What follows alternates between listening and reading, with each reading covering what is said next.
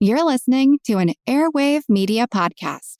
What occurred was that dozens of women showed up. Boylston had been hoarding his coffee. Rather than not selling it because it was now embargoed, he had kept it off the market entirely. And as a result, any coffee that remained, the prices went up, sometimes astronomically. And so as a result, you get to see communities trying to respond to these things by passing legislation to fix prices. And this is an important moment because both sugar and coffee, tea never makes a list, both sugar and coffee repeatedly make the list of these goods that communities have now deemed necessary for life. So Abigail describes these women confronting Boylston, demanding the keys to his warehouse, entering the warehouse, bringing the coffee out, and it's not stolen. They sell it at the regulated price that Boston had set for coffee per pound.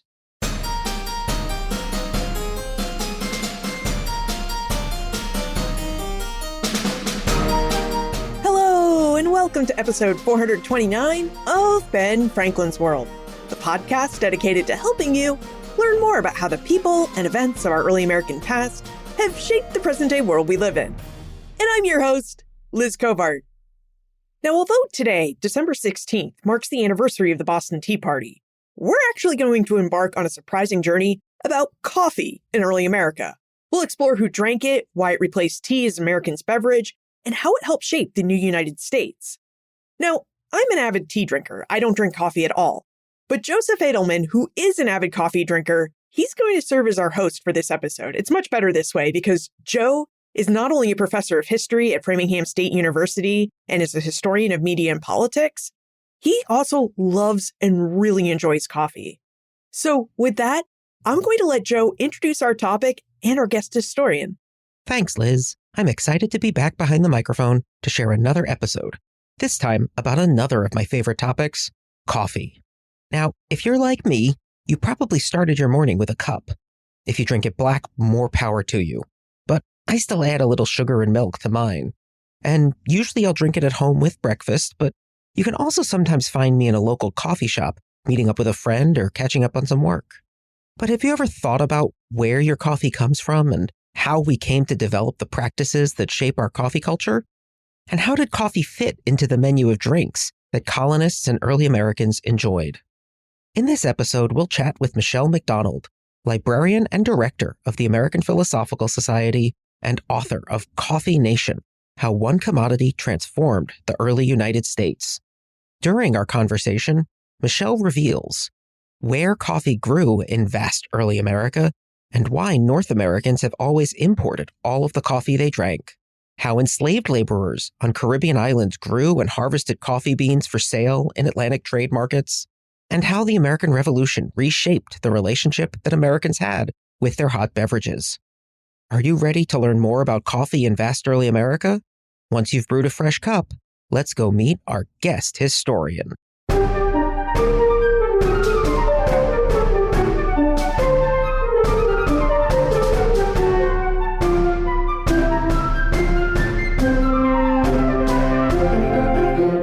Michelle Craig McDonald is the librarian and director of the Library Museum at the American Philosophical Society in Philadelphia.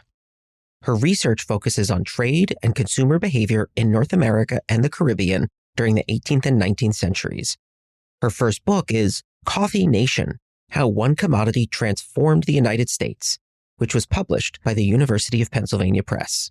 She's also published numerous academic articles and book chapters. Michelle is also an active public historian, working on a range of projects about the history of Philadelphia and southern New Jersey. Before joining the APS, Michelle taught and was an administrator for many years at Stockton University in New Jersey. Michelle McDonald, welcome to Ben Franklin's World. Thank you for having me. Let's start with a listener question that I think represents what many people will wonder after hearing about your book on coffee in early America. Lydia asks, I thought everyone drank tea. So can you tell us a little bit about the various hot beverages that people in colonial America drank? Sure. Let me start with the second half of the question first. What hot beverages did colonial Americans drink? And the answer is there are three primary beverages: tea, coffee, and hot chocolate, all of which arrived in Europe at the 17th century at a time of burgeoning exploration and trade with different parts of the world. There were some other hot beverages, though, as well. What we think of as hot toddies or warmed alcoholic beverages were common in the colonial era. And then there were also a number of herbal infusions. Think goldenrod, which has an anise flavor, or bergamot, which is somewhat lavender in taste, and even fruit-flavored teas like raspberry and strawberry. But I want to speak briefly to the first part of Lydia's comment, where she thought everyone drank tea. In fact, tea was 2 or 3 times as expensive as chocolate, and coffee was the cheapest of all. So many more colonists could afford to drink coffee than they could tea or chocolate. That's really amazing. We have this image of everyone drinks tea and the Boston Tea Party. I live in New England now where that's a really big deal. So it's fascinating to puncture that myth. And there's good reasons why. It's a common misconception that North America became a coffee drinking nation because of our animus for tea and the American Revolution. The Boston Tea Party is one of the best loved and most often recounted stories of the American Revolution. But in point of fact, coffee was something that had been consumed for most of the 18th century. So it was not new and it was not post-revolutionary. Let's go into thinking about how people actually drank coffee and talk about how coffee was served in early America.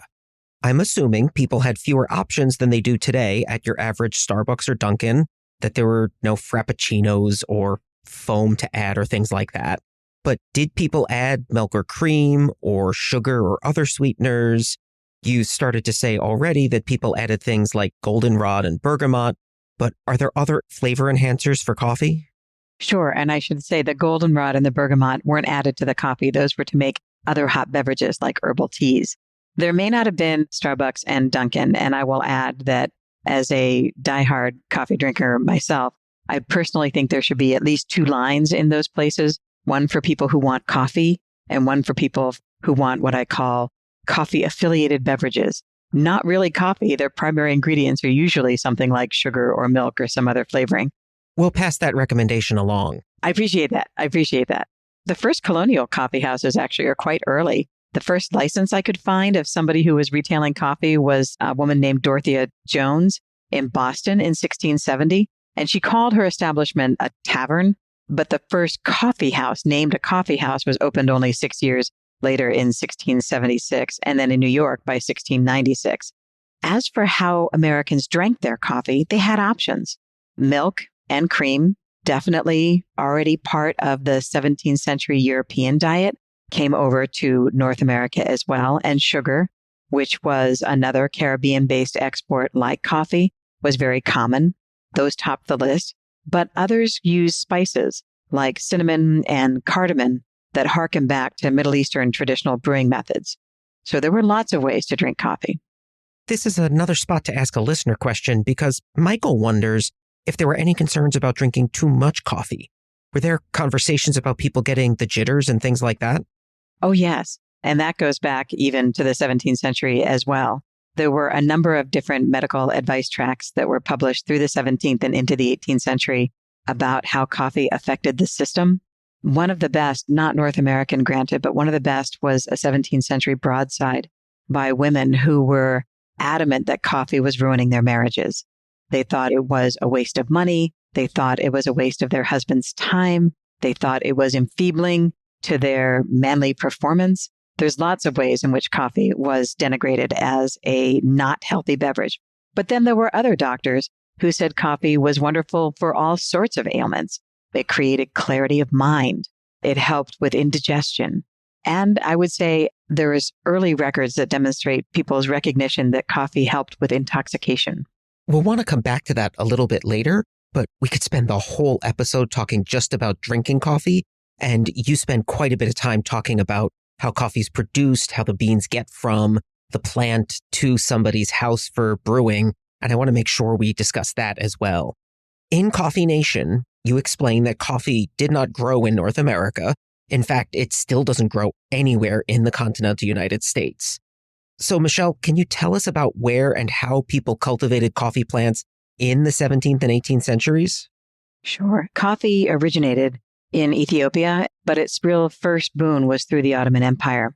Mocha became an early port of export that would send coffee to places like Egypt and Syria and Turkey, as well as around the Indian and Asian Oceans. Western Europeans, though, began experimenting with their own imperial sources by the mid-17th century. The Dutch tried coffee growing in Ceylon, which is now Sri Lanka. The French focused their efforts on the Indian Ocean island of Bourbon, which is off the coast of Madagascar. And I should add that this is the first place that coffee production becomes associated with enslaved labor. But by the early 18th century, there was so much demand that these supplies and these islands were unable to keep up. And there are some debates about which nation first brought it to the Americas. The Dutch claim that they have been growing coffee in Suriname since 1718. French sources argue that they brought it to Martinique and then transplanted it to Saint-Domingue in the same year in 1718.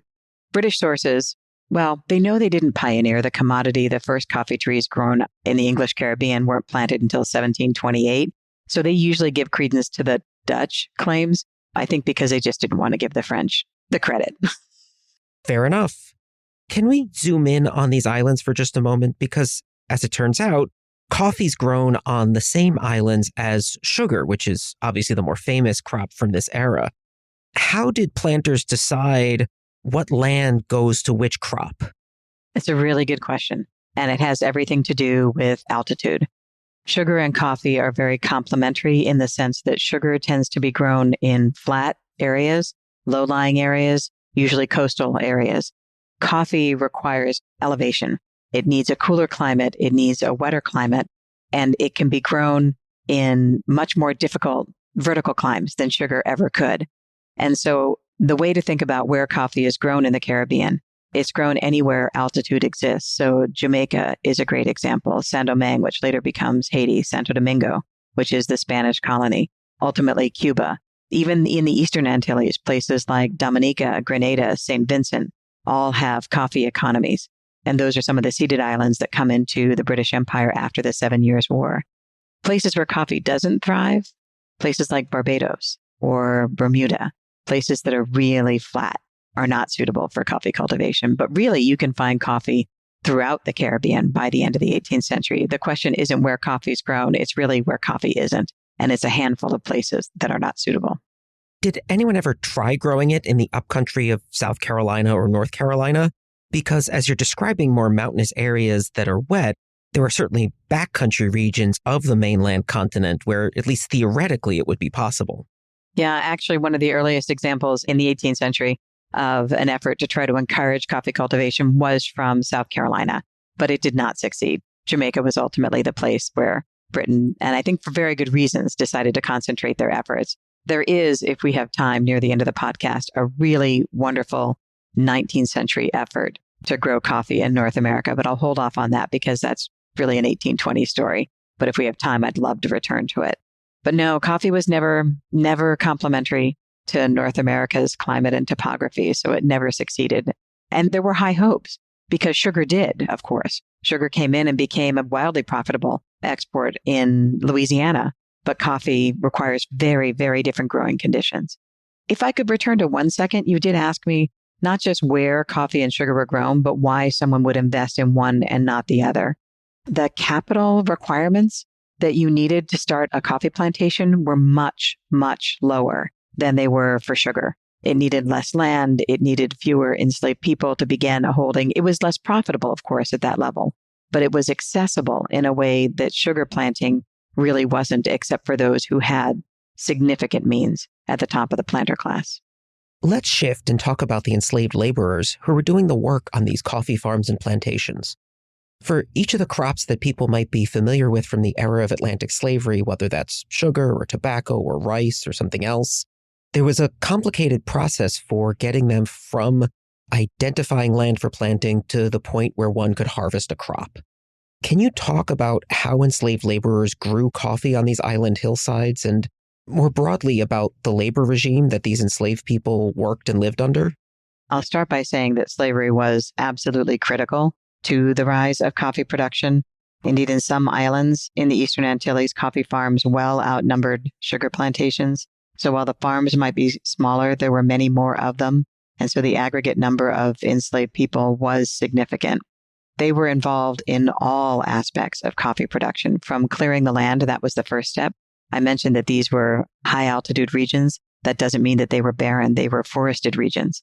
And so the first step would be to clear those forests, to clear the trees, and then to set out planting beds. And there were a number of ways in which you could do this. If it was a larger plantation, you would really try to remove the stumps and everything. If it was a smaller plantation, you had to still remove the forest or the trees wouldn't get the sunlight and the rain that they needed. But you could remove a subsection and then plant in between the stumps that remained. Most coffee farmers tried, if they could, to plant with seedlings as opposed to seeds because it meant that they could move into years of production more quickly. But that planting, the subsequent weeding, which was all done on, these are not flat terrain.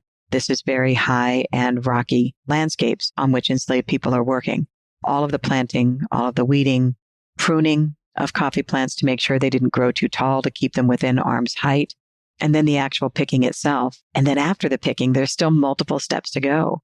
Coffee, it arrives in a coffee cherry, a round berry, which usually held 2 beans. And you had to first run it through millers to get that outer shell off, and then run it through a second set of millers to get what's called parchment, or a sticky membrane that's on the beans off, and then lie it out. That's green coffee, lie it out to dry before packing it for shipment.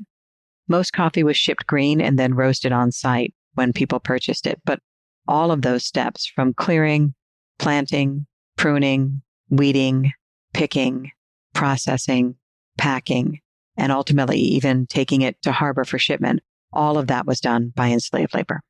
That's a wide variety of tasks requiring many different skill sets. Michelle, do we know anything about the demographics of the enslaved laborers who worked on these plantations? Were enslavers looking for particular characteristics in the enslaved people they acquired? Sure.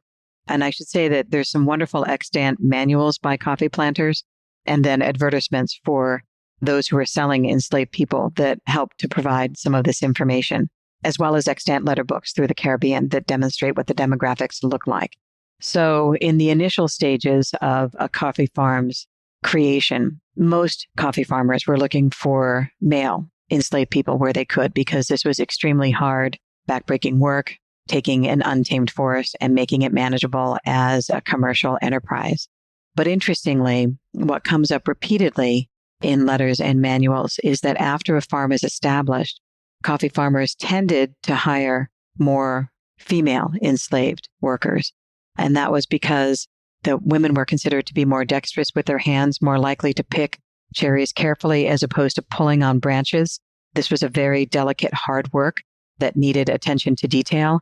And over again, women were assigned to this work because the result was coffee cherries picked without harm to the plants for future growth. So you see this laying out in account books, in ledger books that survive from coffee plantations, and enumerate who the enslaved people were and what their assigned work would be. Men were still reserved for things like, for the most part, coffee processing, operating the millworks, and certainly taking coffee that had been packed for export down to a harbor or port. And how does that compare to the gender ratios that someone would see on a sugar plantation or a tobacco plantation, some of these other crops that we're familiar with? Really good question again. Sugar, increasingly, there has been a real interest in the role of enslaved women on sugar plantations. And even though sugar is generally seen as being more physically taxing, the mortality rates were higher on sugar plantations than they were on coffee farms by and large.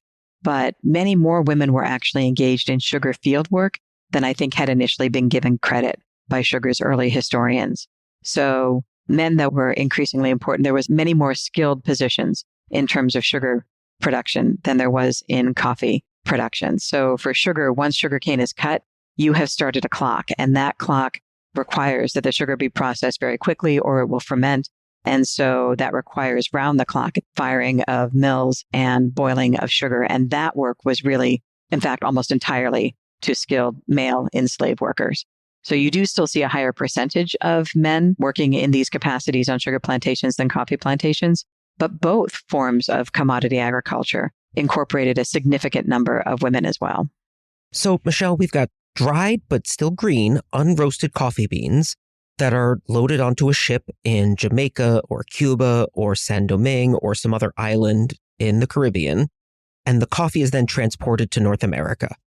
Once it gets to a colonial port, merchants then had to sell it to consumers, either to drink in public at a coffee house or to roast and brew at home. What was the market like, and what was the marketing like for coffee in the mainland colonies in this era? It really depends on when you're talking about. So I'm going to start with the pre-revolutionary era, and then I know we can talk a bit later about what happens after the war ends. During the pre-revolutionary era, you just mentioned a number of places coffee could come from. Jamaica, Saint-Domingue. But most of the coffee that came into North America came from the British Caribbean, Jamaica, Dominica, Grenada, St. Vincent. And so because there was a dominant single supplier for most North American coffee drinkers, you don't see it advertised as you would something like Madeira wine or Irish linen, where the location really meant something to prospective buyers because it signaled something about quality. Instead, coffee usually just shows up in advertisements as coffee, one of any number of dozens of commodities that any shopkeeper might advertise for sale. If, however, I will say there are exceptions, if a vendor got a hold of coffee that did come from the French Caribbean, either through privateering or through salvage or, honestly, through smuggling, or from the East Indies, because there is still some East Indian coffee that is coming into North America, much smaller, much more expensive, then they would emphasize the region of origin, because that was considered a stock that could fetch a higher price. And I do have more to say about smuggling, but most marketing pre-revolutionary, coffee is really just coffee. An advertiser isn't going to waste words on describing a product that has, for the most part, one provider. Which is very different from today, where I go to the grocery store and even the store brands tout the origins of the beans and the quality of the roast. And that's before getting to the micro roasteries and the national chains. So it's interesting how recent a development that is in terms of marketing coffee as a differentiated product. Mm-hmm. And that does change a bit. And again, in the post-revolutionary period, when the number of our suppliers begins to grow, then you do see more attention to, if not in the retail market, certainly in the wholesale market. You see differentiations between where the coffee is coming from. One thing that fascinated me in reading Coffee Nation is that you talk about the development of essentially coffee connoisseurs, that people were coming up with all sorts of tools to prepare coffee in increasingly specialized and elaborate ways. What were some of the different methods that people used to prepare their coffee? It could go from the very basic to the very complicated. In terms of roasting, you could, and many people did, simply roast coffee in a pan over a fire. That's the easiest way to do it. But as early as the beginning of the 18th century, and certainly by the mid-18th century, I have a wonderful description in a diary by Landon Carter, who lived in Virginia and kept this remarkable series of diaries from 1752 to 1778. He describes a spit roaster, which was adapted from a Dutch model, which was a cylinder with a crank handle that basically you put the beans inside the cylinder. It's on two sets of feet that would be over a fire. And then the hand crank would keep the beans roasting or moving at a constant rate over the fire until it had reached the optimum color and roasted flavor. And you see these beginning to appear on a regular basis as well. You could also take your coffee to a coffee house for roasting. You didn't necessarily have to do it yourself. So if you were buying for personal purchase, you could take it to a coffee house and have it roasted for you. And there are some distinctions in terms of, even by the 18th century, some distinctions in terms of lighter roast or darker roast, and even some national distinctions between North American coffee and, say, French coffee, which tended to be darker and heavier, more acidic. But for the most part, you have a variety of options for roasting. Where you really see the explosion of paraphernalia is in coffee brewing and serving. Those are areas of a lot of differentiation.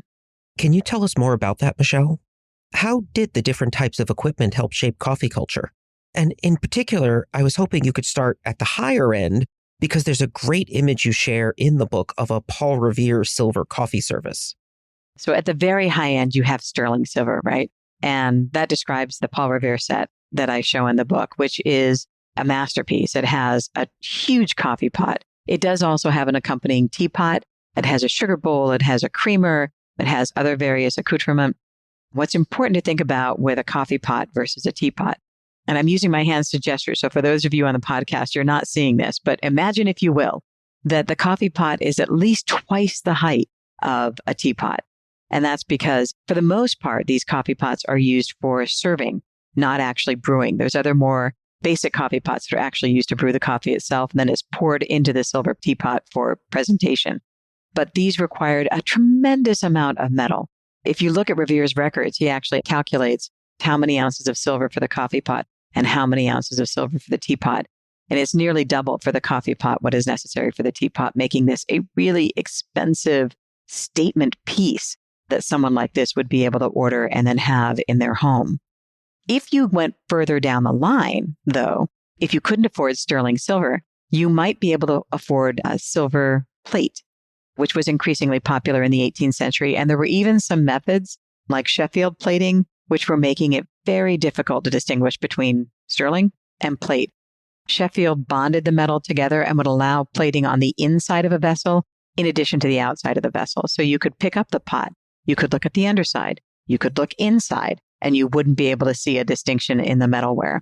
So that was a really great option if you wanted the look of luxury, but didn't necessarily have the capacity to buy what Revere was making.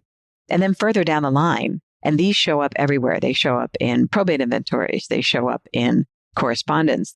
A profusion of them show up in newspaper advertisements and shop notices. Coffee pots in Chinese export porcelain, in ceramic, in stoneware, and creamware, which could be really decorated. It wasn't just cream colored. It wasn't just basic. It could be tortoiseshell. It could be in fanciful fruit and vegetables. Cauliflower ware was very popular for a while. But it could also be in painted tin.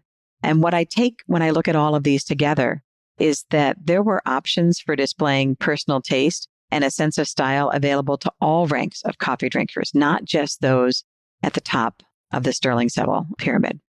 We'll include a link in the show notes to the Paul Revere collection at the Worcester Art Museum so that people can visualize the pieces. One additional question that occurs to me is how the vessel affects the taste and whether people talk about that. There's a difference between brewing and serving in silver and serving it in stoneware or some other material. Do people talk about that? Do they notice it? They do. First of all, you would never brew in silver. Never brew it in silver, only serve it in silver. You would not want to damage the silver or even the silver plate, or even the ceramic vessels really weren't used for brewing. These would be more utilitarian copper or tin vessels that were actually used to brew and then decanted into their various serviceware for pouring. The metalwares, silver and silver plate, for reasons that should be obvious, retain heat much better than ceramic vessels do. And so there are distinctions in terms of, think of it as they're not as good, of course, as a modern day carafe, but coffee is going to remain at an optimal heat temperature longer if it's kept in a metal vessel than if it's kept in a ceramic vessel. Many of the ceramic vessels, a lot of them were for home use, but these were more ubiquitous in places like taverns and inns and coffeehouses, which serve coffee, because the coffee is poured more quickly, it's served more quickly, it's replenished more quickly. And so retaining that heat throughout a dinner party is not going to be the same issue as you would have, say, in a private home. Do we have a second to talk about coffee cups? Yes, please, of course. There's some wonderful evidence about the proliferation of all kinds of coffee paraphernalia, coffee pots, coffee spoons, coffee cups, coffee saucers, which came in, again, in all shapes and sizes, not metalware, obviously, for the cups and saucers, but creamware, stoneware, Chinese export porcelain, with handles, without handles. All of these are options, but you can see, first of all, in just the range of materials available, how popular this drink was becoming. But you can also begin to see the ways in which etiquette was forming around its consumption. I found a great series of letters from a woman named Mary Shippen when she was visiting her relatives in Lancaster in 1772. And she describes how the visit's going well. It's a wonderful farm. The family have been welcoming. But she also writes to her husband about something that she considered a social gaffe, which is that when her relative puts out coffee cups for afternoon service, and she doesn't have enough coffee cups because she has more people in her home than she has in her service, she substitutes teacups for some people. And for Mary, this was a bit shocking, but it reminded her that some of her own coffee cups back in Philadelphia were chipped or broken. And at that point, she asked Joseph to please purchase more so that she wouldn't have to face the same conundrum. And what that tells me two things. It tells me for people like Mary, the proper way to serve coffee was becoming something that was socially prescribed. But it also tells me that for others, like her Lancaster family, that etiquette was less relevant. Some people simply made do with what they had available. But you see these different social distinctions beginning to emerge even before the American Revolution, which I thought was interesting. You talked a little bit about coffee houses just now, which we haven't discussed fully yet, but is another side of the culture of coffee. Can you talk about how coffee houses and other public spaces fit into and shape drinking coffee, the social world around coffee, and other activities? Coffee houses, and one of the questions I get a lot are, how are coffee houses similar or different than, say, inns or taverns? All of these are public houses, and inns and taverns have been around since the colonies really began forming communities. Coffee houses, named as coffee houses, began emerging before the beginning of the 18th century. All of them had some things in common. All of them served food and beverage. And I want to be very clear, coffee houses served much more than coffee. I could find the record of one coffee house that didn't apply for a liquor license in Philadelphia, and it closed in less than a year. So let's be clear. It's not like a modern day coffee house where you're going in to get variations of coffee. You were going in to get food and drink of a variety of kinds. These places also tended to provide accommodation. They could provide stabling. All of these they had in common. But I would say the biggest distinction between taverns and inns and coffee houses is that taverns and inns tended to support people visiting or traveling through a community, whereas coffee houses really were primarily places for a community's residents. They served not just as places for entertainment or for consumption or for accommodation. They served as banks because there wasn't a private banking system at this point. They served as places of currency exchange and would post on a regular basis what the value of currency was in different parts of the world where merchants in that community were doing business. They served as media outlets. Many coffee houses subscribed to a range of newspapers. In fact, they would list those newspapers when they were advertising for business because it demonstrated how patrons would be able to connect to news around the world while they were conducting their business affairs. They served as economic clearinghouses. They would post notices of ships arriving and leaving and what they were bringing into port and what they were shipping out of port. And they served as auction houses, not only for local goods, but often for imported goods or privateer cargo or confiscated goods. There is a great letter written by a Philadelphian named Edward Shippen to his nephew when he first moved to Philadelphia, urging him to consider where he spent his time. Taverns, he said, were places of frivolous activity. To be taken seriously, business needed to be done at the coffee house. And that's what these were. These were places of business transaction, which is why it's no wonder that when parliamentary acts began to affect colonial business affairs, right, and finances and trade policy, coffee houses were often the places where they gathered to discuss their reactions. That's a great segue, Michelle, to talking about coffee and the American Revolution. Let's pick up the conversation there right after we thank our episode sponsors. You know, every time I sit down with a guest historian, I'm reminded of something. Good history takes time, care, and resources. The research behind each interview, the careful myth-busting, the effort to bring you trustworthy stories about the people who shaped early America, that all matters. And it's all supported by listeners like you. Right now, we're in the middle of our end-of-year fundraising campaign, which began on Giving Tuesday, and something really special is happening. A generous fan of Ben Franklin's World has stepped forward to match every donation twice, up to $3,700. And as of today, we're 77% of the way to that goal, which means that your gift, whether it's a one-time, monthly, or annual donation, will go 3 times as far in supporting the show. So if Ben Franklin's World has ever helped you see the past more clearly or brought a moment of curiosity into your day, I hope you'll consider supporting the show right now, and your dollars will be tripled. Your gift directly supports the production of this podcast, so all the research, audio editing, hosting, and all the work that goes into creating the in-depth, trustworthy conversations that you can rely on. So please help support Ben Franklin's World. You can do it at benfranklinsworld.com/donate. That's benfranklinsworld.com/donate. And to those who have already contributed, thank you. Thank you so much. Listeners like Andrew M., Dominic M., Nadine P., Robin P., and Amanda R., you help support this work. You help make this work possible. And I'm so deeply grateful. Thank you. Thank you for your support. And thank you, my friend, for listening, for your generosity, and for being a part of this amazing community of people who know that history matters. Michelle, we started our conversation by talking about the comparison between coffee and tea and the misconception that tea was the more important beverage around the era of the American Revolution. Can you tell us, politically speaking, how did coffee figure into the revolutionary protests of the 1760s and 1770s?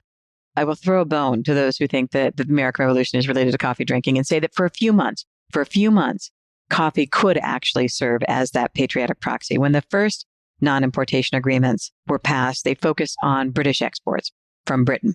And there is a great letter from 1774 of an English visitor to Alexandria who is witnessing the election of town burgesses. And he records in his diary, "In the evening, the returned member, who was George Washington at the time, gave a ball to the freeholders and gentlemen of the town. This was conducted with great harmony, coffee and chocolate, but no tea, which has fallen into disgrace among those here." Even the Boston Tea Party has a coffee moment. Allegedly, there was a school teacher who was involved in the event and came home and took his tea canister down and wrote coffee on one side and no tea on the other. But the real challenge is that in 1774, later in 1774, North Americans added all British imperial products, so including the British Caribbean commodities, to the embargo of British goods. And this effectively ended coffee's ability to serve as any kind of icon for insurgents, because coffee was now something we were no longer supposed to be importing as part of the British imperial market. You have a really fascinating quotation from John Adams in a letter that he writes to Abigail, his wife, that he wants her and other Bostonians to stop drinking coffee in the middle of the war in 1777. What made coffee consumption so controversial at that moment in the war? So he was reacting to two things in that letter. Number one, again, if the British Caribbean is going to be part of our embargo, then everything coming in from the British Caribbean needed to be embargoed as well, and that included coffee. Again, other sources, any other potential sources of coffee, and you do have shopkeepers that sometimes are at pains to demonstrate that the coffee they have came in from a privateering ship and was of French origin, so could be legally sold. There were ways around that loophole. Abigail herself actually talks about salvage efforts where ships are wrecked and the goods that can come off. They're very careful to say those then can be sold. So there are some goods that are available. But John was writing to Abigail at a particular moment. The letter he was responding to that had come from her had been describing a coffee riot in Boston that had taken place at the warehouse of a merchant named Thomas Boylston. And what occurred was that dozens of women showed up. Boylston had been hoarding his coffee. Rather than not selling it because it was now embargoed, he had kept it off the market entirely. And as a result, any coffee that remained, the prices went up, sometimes astronomically, as did all West Indian goods during this period. And so as a result, you get to see communities trying to respond to these things by passing legislation to fix prices. And this is an important moment because both sugar and coffee, tea never makes a list, both sugar and coffee repeatedly make the list of these goods that communities have now deemed necessary for life. So Abigail describes these women confronting Boylston, demanding the keys to his warehouse, entering the warehouse, bringing the coffee out, and it's not stolen. They sell it at the regulated price that Boston had set for coffee per pound. But John has a very different reaction. His response is best to leave off all West India goods. In fact, he specifically says we must bring ourselves to live upon the produce of our own country. So he's taken a very different stance than Abigail has. Abigail doesn't give up. She continues to grumble about shortages, including coffee shortages, in several letters after. But John is looking at this from a political gaze. Abigail is looking at this as really affecting her home, her life, and her social experiences. And this is a moment where John Adams is already in Europe as a diplomat for the new United States, so he's not worried about not being able to get access to coffee. Right, fair enough. Yeah, they're facing different shortage issues, exactly. But it is this interesting moment where you see coffee being politicized in this way. But the number of places, number of colonies that try this price fixing method, even the Continental Congress actually tries price fixing for a range of like 26 goods. And some of them are things you would expect like potatoes and pork. But the fact that coffee has made this list really tells you how many people were drinking it and assumed this was not, again, a rarefied experience for the few. This had become the domestic habit of the many. In episode 161, Liz talked with several scholars of trade in the Atlantic world about the significant role that smuggling played during the Revolutionary War. And as you've discussed in Coffee Nation, coffee was also a product that was smuggled into North American ports throughout both the colonial and the revolutionary periods. Michelle, do you have any sense of what proportion came into ports that way? How do smuggling and illicit trade play a role, specifically in trading coffee? If I could quantify how much coffee was coming in illegally, I would be a really, really popular historian indeed, because, of course, privateering and smuggling are really hard to track numerically because they're not supposed to be tracked. That being said, there's some wonderful examples that demonstrate how coffee moves in this illicit way. And the one I'm going to use is 1773, which is slightly earlier, but it's a great example that I think hints at the scale of this illicit activity. So this particular case was a captain named John Ash, who was sailing on behalf of a Liverpool-based firm. And he was attempting to go to Puerto Rico to trade for different kinds of cargo. It wasn't coffee initially, mules, and I think some sugar, for example, but he wasn't able to find any. But he did find a prodigious amount of coffee, and he thought that this would be a good substitute. So he works with Puerto Ricans off the coast, and it's very clear in his correspondence they're doing this in out bays. And then the Puerto Ricans had suggested this. They're part of the Spanish Empire. They're not supposed to be trading directly at this point with the British Empire. So they tell him where to go, and they meet him. They bring the coffee out to his ship. So then Captain Ash goes to Jamaica. And if he had simply kept his mouth shut, he probably would have been fine. But instead, he tells many people that he's got coffee in his cargo hold that he wants to resell either in Jamaica below current prices, or he would take it for North America for the North American market. The customs officials don't take too kindly.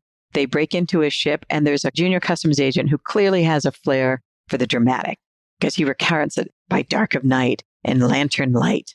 They approach the vessel, and initially they could only find a few bags of coffee that were listed in the cargo manifest. But upon a closer examination of the vessel, they found that the bunks of senior officers had been packed with coffee, that the hull, the sides of the ship, had removable doors that could be used to stash coffee inside or any other kind of illicit goods inside. The fact that you have a vessel that is specifically designed for illicit activity really does give you a sense. This was not a one-off opportunity. This was a vessel that was constructed for contraband. And that, I thought, was one of the most interesting cases of coffee smuggling that I came across. After the Revolutionary War, you described the economy of the new United States turning into a Creole economy when it came to coffee, as people sought out new markets, expanded, and changed the way that coffee was marketed and sold. Michelle, can you tell us what that term, Creole economy, means and how it helps us understand the market for coffee in the 1780s and 1790s? In this instance, I was taking a term, Creole, that's usually applied to things like language or cultural practices, and the combination of different influences that meld and create something that is situationally specific. And I wanted to look at that. It had been applied to internal economies, but I wanted to look at it from a regional perspective. So after the American Revolution, several things happened. Number one, the United States is no longer able to freely trade with the British Empire. So they have to look for other sources because they're now treated as a foreign nation when allowed to trade at all. So they began looking for French sources, for Spanish sources, for Dutch sources, even Danish. Although the Danish colonies aren't producing coffee, they can serve as neutral transshipment points. And that is one of the things that occurs. They have some luck initially in Cuba, but Spain shuts that down fairly quickly. They have more luck in French ports, in particular with Saint-Domingue, at least in the 1780s, before the Haitian Revolution. It becomes much more complicated during the conflict, although coffee trading does continue during several years of the conflict. And for the Dutch, again, for the most part, you're looking at transshipment rather than directly importing Dutch-produced coffee. But one of the reasons why I gravitated toward this term, Creole economy, is that we're used to thinking the end of the Revolutionary War as being this watershed event where North America becomes independent and then focuses on national politics, national economies, national developments, these revolutions in the market, in transportation, in communication, in immigration.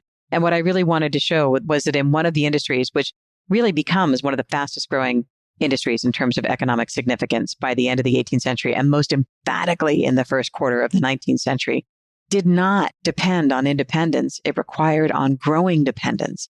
Rather than one supplier, we were now trying to negotiate and gain entry to the suppliers of a variety of different empires. And this really becomes, in other words, the United States becomes more involved in Caribbean economic activities rather than less involved.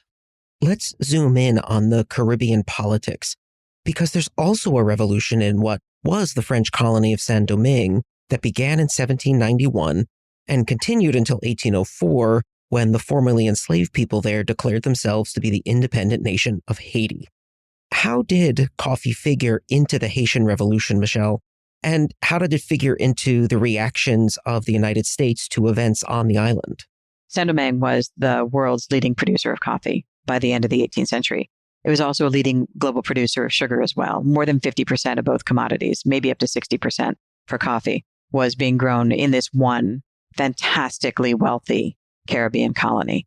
And I should say again, I mentioned that coffee trading continued during portions of the Haitian Revolution. The initial violence of the revolution targeted sugar plantations and portions of the colony that focused on sugar planting. And so for a while, coffee could still be shipped out of the colony. And I have an extended story of a Philadelphia-based merchant firm, Dutil and Walksmith, that maintained a pilot office as long as they could in Saint-Domingue for just this reason, to help ferry coffee back and forth. Well, not back and forth, really just from Saint-Domingue to North America. But interestingly, it was less the destruction to the coffee works that ended the viability of a North American Saint-Domingue connection. It was the end of the Haitian Revolution, the declaration of Haiti as a free Black nation, and the ultimate decision of the United States to embargo that nation, as did pretty much all nations of Western Europe, that ended that commercial possibility. So the Haitian Revolution did two things. It cut off access to what had been the global producer of coffee, and it set North Americans on other trajectories to try to fill what was also a global gap then in the coffee market, because it wasn't just the United States that wasn't getting that coffee. Really, almost no one was importing coffee from Saint-Domingue as a way of penalizing that nation for seeking its independence. Cuba filled the gap for a while. Jamaica filled the gap for a while, but really, this is the moment when there is a significant turn in Brazil, in what is then still Portuguese Brazil, in coffee planting. And by 1820, certainly by 1830, Brazil has emerged as the global leader. It remains one of the global leaders of coffee worldwide, but it becomes the global leader of coffee production and the global supplier of coffee, the leading coffee supplier to North America, and at a volume just completely unheard of in the 18th century. This is the beginning of what becomes the modern coffee economy. And the United States is a major player in that dynamic. But again, only because it relies on Brazil's supplies. We cannot produce coffee for ourselves. So the United States has never successfully grown coffee on the North American mainland. But people did try. Earlier in our conversation, you previewed for us just such a story from the early 19th century, where people were directly interested in reducing the dependence on imported coffee, as you've been describing. Can you tell us about that experiment? And more importantly, why it failed? Absolutely. This is the story of the East Florida Coffee Land Association, which was started by a Saint-Domingue immigrant who left during the Haitian Revolution and came to Philadelphia. And he writes a number of pamphlets on different subjects, on language, on music, on math and banking. But his best known was about coffee production. So during his flight from Saint-Domingue, his ship was blown off course, landed temporarily in Florida, and then he continues to Philadelphia. And he starts by trying to get a subscription of different people who might invest in this project.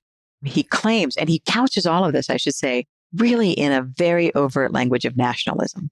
These are all patriotic Americans who want to lessen our dependence on foreign production, who recognize an opportunity, who would become the first line of defense against smugglers from the South. There's even some military overtones that these communities could help to guard against smuggling or even forestall runaway enslaved people who are trying to head south. There's all of these ways in which this would be a grand project. And so he applies to Congress in 1821 for a huge number of acres near modern-day Key Largo for coffee planting.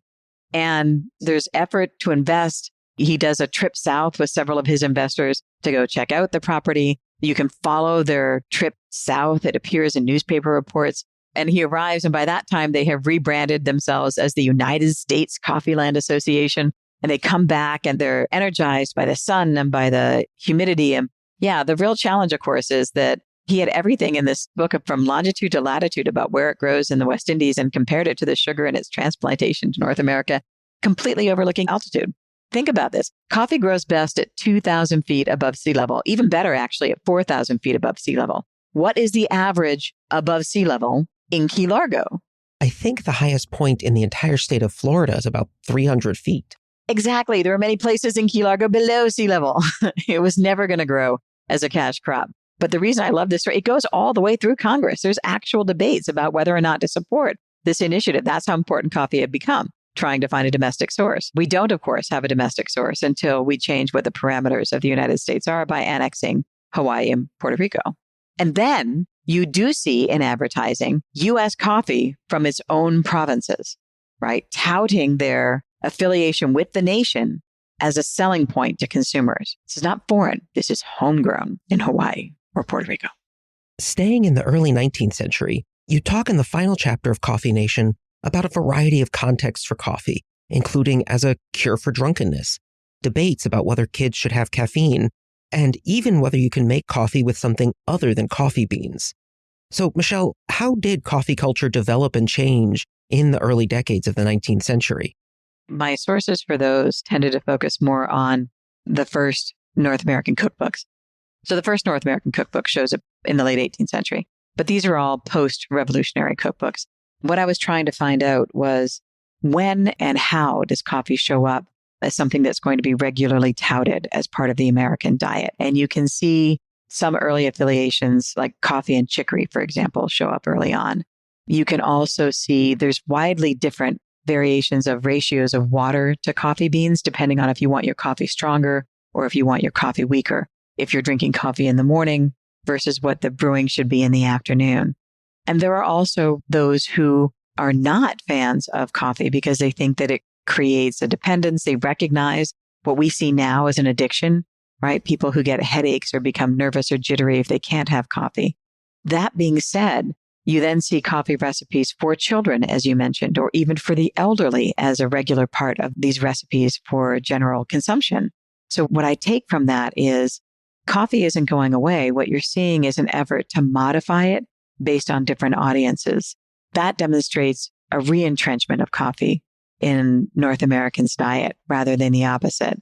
And I think it tells us about how pervasive coffee drinking has become by the 19th century. As a coffee drinker, I struggled with the idea that you could soak oats in water and call it coffee. What were some examples of what people were brewing to make something that they called coffee? And have you ever tried it? No, I have not. I would be interested in trying it. But no, they would try burned wheat. They would try rye. And these are not very good recipes. Even most readers acknowledge that they don't really taste like coffee. They're a substitute if you can't get coffee itself. But there was a great tract that was published about the health habits of the poor. And even that acknowledges that coffee and tea are broadly consumed by people of very meager means. And so they could try to stretch it by adulterating it with some of these other things, but they really weren't the same. But I think the goal really was, for some, it was to try to create a substitute for coffee. And some writers who were very clear that they recognize this as foreign dependence. They couch it in languages of foreign dependence. But I think many more recognize that coffee is here to stay. And if anything, they can try to at least reduce the amount of caffeine or change the balance of water to coffee or change the balance of milk to coffee so that it doesn't have quite the same caffeine effect, create the same caffeine dependence that we're used to associating with coffee today. It's time for the Time Warp. This is a fun segment of the show where we ask you a hypothetical history question about what might have happened if something had occurred differently or if someone had acted differently. And we're going to head back to the Revolutionary War for this. Michelle, if the British Parliament had passed a law about importing and taxing coffee instead of tea in the 1770s, would the Sons of Liberty and other patriots have been able to generate a similar level of protest about the drink? Okay, let me start by saying something that most people don't know, which is in the same session of Parliament that decided to repeal most of the Townshend duties but keep the tax on tea, they also voted to continue the rebate on taxing coffee so long as it was sold within the British Empire. So just hold on to that for just a moment. They were trying again, I think for different reasons. Again, the tea is coming in through a monopoly at this point, through the East India Tea Company, which is an East Indian company, but the sources of production are not British. British coffee is produced by British coffee planters. And so they are protecting what they see as an imperial internal industry rather than protecting a company that was bringing in what is largely a foreign product. That being said, think back to that coffee riot that I described in Boston. It was not the only one. There were other riots, many that brought different West Indian goods together, but coffee figured in a fair number of them. So if that many people could get agitated to publicly protest access to coffee, do I think that if British Parliament had begun taxing coffee, that there wouldn't have been a revolutionary response? I think there would have been, for two reasons. Number one, we've already seen it in action on a smaller scale. And number two, there were so many more coffee drinkers that were affected, that would be affected if coffee became more expensive than would have been affected by tea. For tea, it is still relatively an elite commodity. Coffee was not. Coffee was everywhere. Over the years, we've talked with several scholars of tea on Ben Franklin's World, and you're reframing that debate to make it sound surprising that protesting tea worked based on who was drinking it. Well, I'll say two things. Number one, the protest about tea was about tea and wasn't about tea. It was really about parliamentary control and the ability to tax. And so I think people were reacting, even non-tea drinkers, not because of their love for the beverage specifically, but about what it said about their political standing within the empire. Yeah, I think that's the best way to frame it. Thank you, Michelle. You obviously just finished a book and you have a busy job, but before we conclude, would you tell us what aspect of history you're researching and writing about now? Sure. I'm hoping this has been a project. All historians have them. We have projects that you run across at some point in your career and you think that would be a really great project or a great article or a great book, but you don't have time for it now. This one I have been living with for more than 2 decades, and I'll be giving a paper on it at a conference next February, so I have to do more on it now. This is a project about the 6 women who signed Philadelphia's 1765 non-importation agreement. So this is an agreement that's signed by hundreds of people, but among the signatures are those of 6 women. One of them, Magdalene Devine, I have been interested in for quite some time. She immigrated with her family from Ireland. She was a linen merchant. You can track her in the advertisements, and also her will exists at the Hagley Museum. So I have a little bit more detail about her, but my goal is to try to flesh out to the extent possible who were the 6 women who participated in Philadelphia's first real stance against British legislative changes and what motivated them to do so. That sounds like a great topic, and we'll look forward to hearing more from you about what you come up with. Michelle, where is the best place to look for more information about you, your work, and how people can get in contact with you? Okay. I do have a website. So you can go to, all one word, MichelleCraigMcDonald.com, and that will take you to a website that has all of the information about publications, upcoming events, my background, not only in academia, but in public history, which was a huge part of my life, and a way to contact me. There's a contact page. So I encourage anyone who's interested in doing so to reach out. I always enjoy hearing from people and learning more about what their questions are about my work. Michelle, thank you. I've enjoyed the conversation. I probably need to go get another cup of coffee myself now after chatting with you. I will join you. Thank you so much for joining us to talk about coffee in early America. And thank you so much for having me. I appreciate it. Colonial Americans drank a lot of coffee. And in the early United States, drinking coffee became a key marker of American identity. Yet, as Michelle McDonald explains to us, the inexpensive hot beverage, by definition, has always been imported because coffee has never grown on the mainland of North America. Coffee required significant amounts of enslaved labor to grow, harvest, and prepare for shipment. For landowners on islands such as Jamaica, it meant they could devote more land to profitable crops. They planted sugar in the swampy lowlands and coffee in the more mountainous regions. In the British North American colonies, coffee served a social purpose as people gathered to drink it, bought utensils to serve it, and came up with new ways to enhance the drink. We may not always realize it, but drinking coffee with a little sugar connects us, therefore, directly back to the world of vast early America. You can find information about Michelle, her book, Coffee Nation, plus notes, links, and a transcript for everything we talked about today on the show notes page, benfranklinsworld.com/429. Friends tell friends about their favorite podcasts. So if you enjoy Ben Franklin's World, please tell your friends and family about it. Production assistance for this episode of the podcast comes from Liz Covart and Karen Wolf. Breakmaster Cylinder composed our custom theme music. This podcast is part of the Airwave Media Podcast Network. To discover and listen to their other podcasts, visit airwavemedia.com. Finally, do you have a question about early America? Feel free to send it along to us at joe, J-O-E, at benfranklinsworld.com.